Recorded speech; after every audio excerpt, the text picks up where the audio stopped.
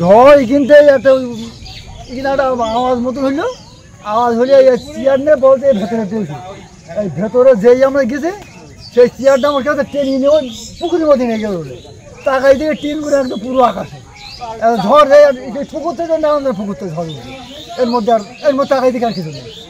ঝড় কোন দিক থেকে এসেছিল? ঝড় এই যে পশ্চিম কোন কত সময় হলো? ঝড় সেকেন্ড না, চোখে পলক ফেলার টাইম পাই না, পলকের আগে থেকে সব উড়ে গেল তার মধ্যে তাকাই দিকে আকাশের দিকে।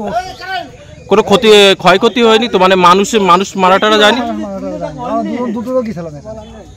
আর কলা গাছ সব শেষ, কলা কান্দি টান্দি সব শেষ, সব ফুলো কান্দি। কি হয়েছিল কি এখানে? ঝড় মানে এই দিক থেকে ঝড়ে এসেছে। আর ঝড়ে সব মানে সব খাবার ঠিক আছে। কতটা কলা বাগান ছিল আপনার? আমার 10 কাঠা কলা বাগান।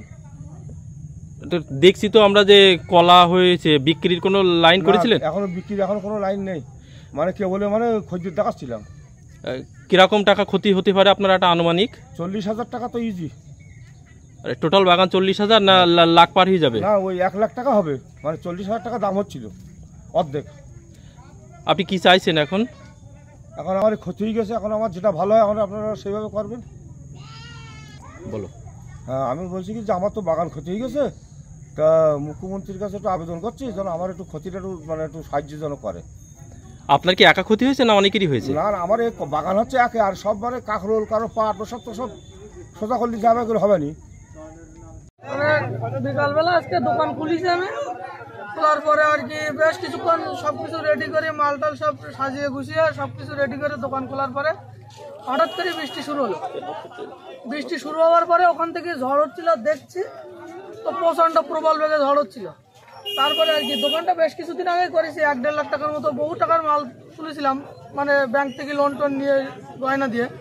তো ওই সাইডে দোকান ছিল আর কি, দোকানটা পুরো উল্টে নিয়ে এই সাইডে চলে এসছে। তো মানে পুরো অসহায় হয়ে গিয়েছি আমি, নিজে ভেঙে পড়েছি যে নিজে আর কী করবো। মানে এমত অবস্থায় আমার নিজেরই মনে হচ্ছে না যে মরে যাওয়াই বেটার মনে হয়, এমন অবস্থা। এখন কি চাইছেন কি? এখন আমি চাইছি সরকার আমার কিছু আর্থিক সহযোগিতা করুক। দেখছেন আপনারাই সামনে প্রচুর ক্ষয়ক্ষতি হয়েছে, এমন ক্ষয়ক্ষতি আমি আমার জীবনে দেখিনি। 25 বছর বয়স আমার, এর আগে কখনোই দেখিনি এরকম।